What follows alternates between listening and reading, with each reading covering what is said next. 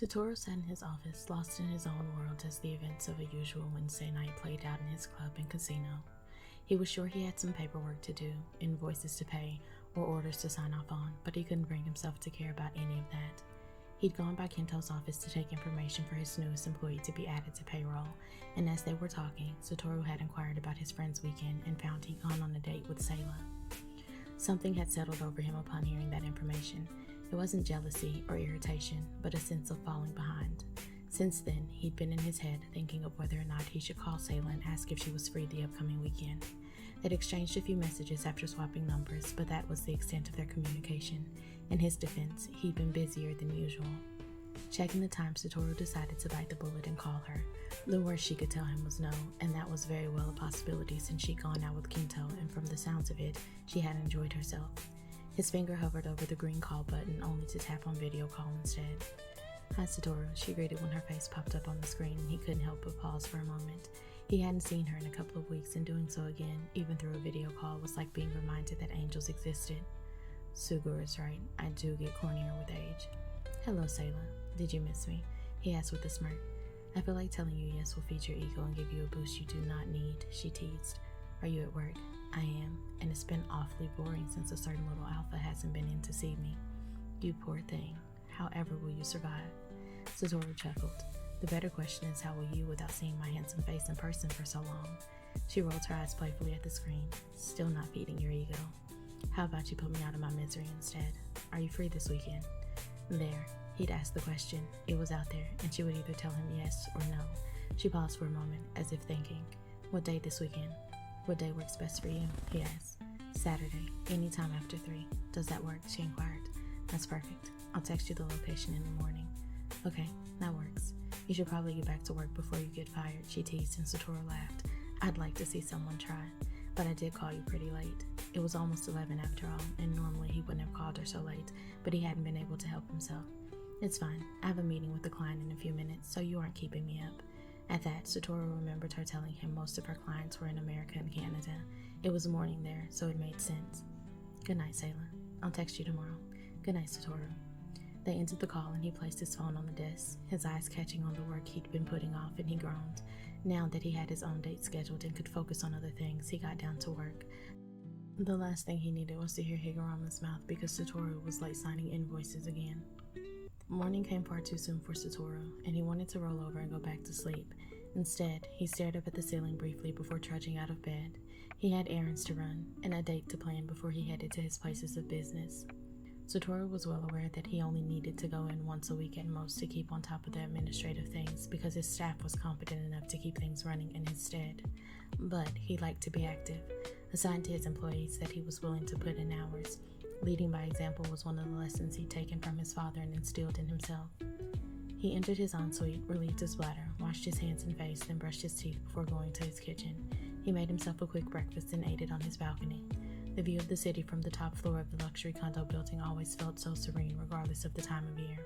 It was one of the reasons Satoru had purchased the property. Once his breakfast was finished and his kitchen was clean, he returned to his bedroom to get dressed. Wallet tucked away in his pocket, he grabbed his favorite pair of sunglasses and exited the condo. He rode the elevator to the parking garage, deciding it would be easier to get everything done quicker if he drove. It never seemed to work out that way, but it was a nice day outside, and he wanted to enjoy it. He let the top down and pulled out, heading towards his first destination. As Satoru expected, his first few errands took a bit longer than he expected. He wasn't sure if it was because they truly had or if he was anticipating moving on to planning his upcoming date. When he finally could, he felt as if time had sped up. There were a few different bakeries he wanted them to stop by. Each made different pastries he enjoyed, and he arranged for sample sizes of each one. And while they rarely reserved tables, Satoru had succeeded in getting them to allow him to, though that probably had more to do with the amount of money he usually spent in each establishment than anything else. After he'd stopped in at the bakeries, he went to a trendy new restaurant that Yu had told him about a couple of weeks ago. Satoru hadn't been, but from the way the beta described the atmosphere, it would fit perfectly for the day he was planning. He wanted to stop in and see for himself. Once he confirmed it was where he wanted to take Saelah for their first date, he headed back to his condo. With his errands run and date planned, he had a few hours of downtime before he needed to head in. When he arrived home, he exchanged his shoes for slippers, placed his sunglasses on the entry shelf, and went into his living room as he removed his phone to text Saelah. "Is there a particular place you'd like to meet? I can drive us to our destination from there." Since I don't think you'd kidnap me, nor do I live alone, you can pick me up from my apartment if it isn't an inconvenience. Careful, little Alpha. I hadn't thought about kidnapping you, but you've just made it very appealing. But yes, I can pick you up. It isn't an inconvenience. You'd probably return me if you did. I'll drop a pin of my address. I highly doubt I would. That works. I'll see you on Sunday at 4. See you. Satoru put his phone aside and turned on the television. The next 2 days couldn't go by fast enough. Saelah exited her bedroom and entered the living room, where Denny was seated on the couch, scrolling through the channels. He looked up as she came into view and released a low whistle. Well, don't you look gorgeous? Another hot date with that handsome blonde, he asked. I think it's a date, but it isn't with Kento. I'm going out with Satoru today. Denny smirked at her. Look at you being pursued by 2 sexy men. If the youth from before we moved could see you now, and it's definitely a date. I saw how that man looked at you. They're pursuing for now, but we both know how things will turn out if they ever stop. Denny cut her off. I've told you 1,000,000 times there's nothing wrong with your scent. The people back home are just idiots stuck in old ways of believing you have to smell a certain way to be desirable, and that's far from the truth. This is a new environment, and if you end up really liking one of them, you should give them a chance to truly know you, scent and all. Saelah knew he was right, and while she'd enjoyed Kento's company at the coffee shop in their date, and the brief time she spent with Satoru, she wasn't at a point where she wanted to take that risk. Luckily, she was safe from giving an answer she knew her friend expected by the doorbell. Saelah went to the shoe cabinet, switching her slippers for a pair of sandals that matched the sundress she wore. I'll likely be gone to work by the time you get back. Be safe, have fun, and let me know when you make it home, Denny instructed. She nodded, opening the door to Satoru. She hadn't seen him in person since that night at the club, and it was almost a shock to her system to lay eyes on him then. It should have been illegal to be that attractive, a capital crime with a severe punishment. If it were, she knew 3 men who would swiftly be locked up behind bars. Hello, little Alpha, he greeted. Hi, Satoru. For you, he said, holding up a blue iris. Saelah smiled at it as she took it with a soft giggle. Is this candy? It is, Satoru smirked. Pretty and tasty. Thank you, she replied, putting it gingerly into her purse. Shall we? She asked, stepping out of the apartment and closing the door behind her. After you, he gestured, and Saelah led the way down the stairs. There was a luxury car idling in front of the flower shop, and Satoru opened the passenger door for her. So, I should start by telling you I've never been one to follow the rules, he said after he slid behind the wheel. I believe you, Saelah teased, but she knew there was a reason he was telling her. I'm wounded that you don't think I'm a good boy, he countered, hand over his heart. Does anyone? She jested with a smile. You got me there, but with that said, we'll be indulging in dessert before dinner. I'm not opposed to us breaking that rule. Good, because I have a few different sweet spots for us to visit. Saelah fastened her seatbelt as Satoru pulled away from the flower shop. They sat in comfortable silence for the first several minutes of the ride, a pop song softly filtering through the car. I'm assuming Denny isn't your brother since you didn't correct me when I called him your friend. Do you have any siblings back home? Satoru asked. I don't. I'm an only child. Denny isn't my blood brother, but we've been thick as thieves as long as I can remember. We're as close as any siblings could be. I get only child vibes from you too. Am I correct? He felt gasped. Are you insinuating that I'm spoiled, Saelah? She laughed. I might be. Then you would be correct about me being an only child. I'm far from spoiled, but my relationship with 2 of my friends is like yours and Denny's. We met in high school and have been inseparable since. She debated whether or not to believe him. For some reason, she could see him as a child getting whatever he wanted. That was often a perk of being an only child. That's how it was for her, at least when her mom was still alive. I suppose I'll take your word for it. So you've known them for... She wasn't sure how old Satoru was, but assumed he was at least 5 years older than her due to owning his own businesses. 14 years for one, 13 for the other. Saelah furrowed her brow. She knew the Japanese school system differed from that of the United States, and if she was doing her math correctly, then he wasn't as old as she initially assumed he was. How old are you, Satoru? I'll be 30 in December. And you? I'm 26. My birthday is in August. Satoru glanced at her. That's in 2 months. Your first birthday in Tokyo. Are you excited? I am. I have no idea what I'm going to do, but I'm sure I'll figure something out, and if I don't, Denny will. See, you're a true friend, Saelah. Neither of mine trust me to plan their birthdays. One is coming up next month, and he has forbidden me from planning anything because he thinks I'm extra. Can you believe that? He asked with a pout, and she couldn't help but smile. Yes, she teasingly responded. But if it makes you feel better, Denny is sort of extra too. The 2 of you can get together and plan my birthday. It would mean I didn't have to. And just so you know, you said that out loud, and verbal contracts are binding too. No takebacks. Saelah laughed. Understood. So, 2 successful businesses at such a young age. You must be very driven. I wanted to branch out on my own and not rely on my family name, Satoru responded. Would that have been a bad thing? People use their connections to start out all the time and then are able to make a name for themselves. In my case, the name sort of makes me, and I wanted people to see more than the air of a company. I can understand that. You wanted to be your own person, be successful on your own merits, and have people know that. He nodded as he made a left turn. So, what kind of company does your family own, if you don't mind me asking?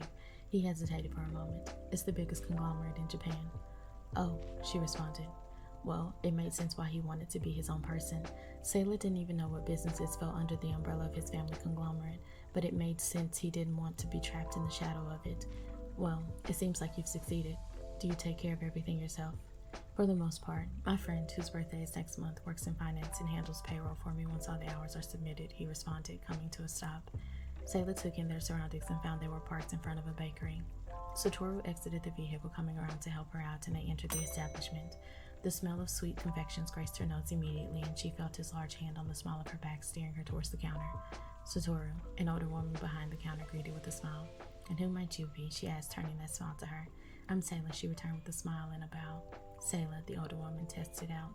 This one isn't giving you trouble, is he? Hey, Satoru interjected. I'll have you know I'm the furthest thing from trouble. Nothing I can't handle, Saelah responded. You let me know if he gets out of line. I'll swat him for you. She gestured to a table in the corner. Have a seat over there, and what you asked for will be out in a few minutes, she addressed Satoru. He led Saelah to the table, pulled her chair up for her, and she took a seat. You must come here often, she said, placing her purse on the table. At least once a week. I've been coming for about a decade now. Sweets are sort of my guilty pleasure. That explained the familiarity, and she could definitely see him being addicted to sweets for some reason. She made a mental note to bake him something. They didn't have to wait long before a worker came from the back with a tray of desserts and put them on the table in front of them. The tray housed 2 sample-sized pieces of 10 separate desserts, big enough for about 2 bites each, and 2 cups of tea. They thanked them, and Saelah watched them return to the back before her eyes returned to Satoru. What should we try first, he asked. Something tells me you aren't trying, she teased. You got me there. I chose things I'd had before and thought you'd like, so which one first, little alpha? Saelah looked over the different options and chose what she was assuming was a strawberry cake piece with whipped icing. Good choice, he said, picking up the other one. She'd been correct about the flavor, and it tasted delicious. The rest of their time spent in the bakery went the same way. She'd choose a dessert for them to try as they conversed. Their second stop was another bakery, and it went much like their visit to the first, except this time when they left, it was with a loaf of bread. Saelah assumed he needed some at home, but was proven otherwise when they pulled up to a park. He grabbed the bread when they got out, took her hand, and led her to the pond.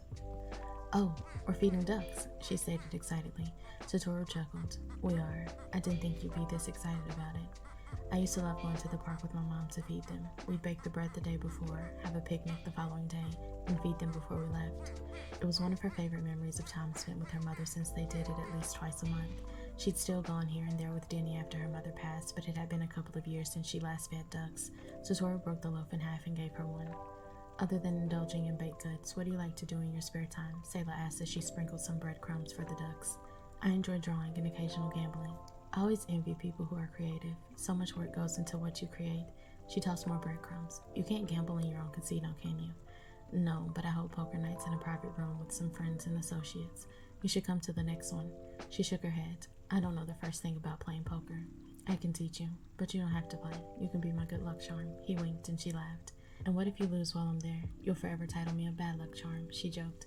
Nah, I just think whoever won was cheating. That made her laugh again. I might take you up on that. What do you enjoy doing in your spare time other than making heads turn? He smirked. You're such a flirt. Doesn't mean it isn't true. So, reading, knitting, and baking. Which means I could stop going to the bakeries in town and come to you instead, Satoru responded. I get the feeling I'd see you every day if I agreed to that, Saelah playfully countered. You absolutely would. Once the bread was gone, they walked a lap around the park before going to dinner. Satoru informed her it was only a few blocks away, so they walked, enjoying the evening air. The restaurant he'd chosen had a great atmosphere and even better food. She made a mental note of the name so she could bring Denny on one of his off days. It was almost 9 o'clock when he parked in front of her apartment. Satoru walked her to the front door and she turned to look at him. I had fun, thank you, she told him. You'll have even more fun next time, he responded. Saelah liked the sound of next time. I'll hold you to that. Satoru ran his thumb over her cheek. Have a good night, Saelah. You too, Satoru. Let me know when you make it home. He agreed, and she unlocked the apartment door. It was only when she opened it and stepped inside that he headed back down the stairs. Saelah removed her shoes and slipped her feet into her slippers. She went into her bedroom and placed her purse on the dresser, pulling the iris candy from it. She set it beside the single rose she dried out from her date with Kento. This one had been as good as that one. She'd have to tell Denny all about it tomorrow.